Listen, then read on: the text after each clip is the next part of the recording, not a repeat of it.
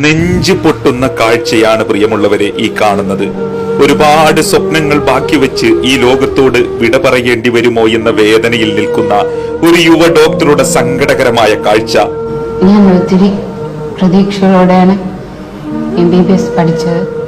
എൻ്റെ പപ്പ എന്നെ ഒത്തിരി കഷ്ടപ്പെട്ടാണ് പഠിപ്പിച്ചത്.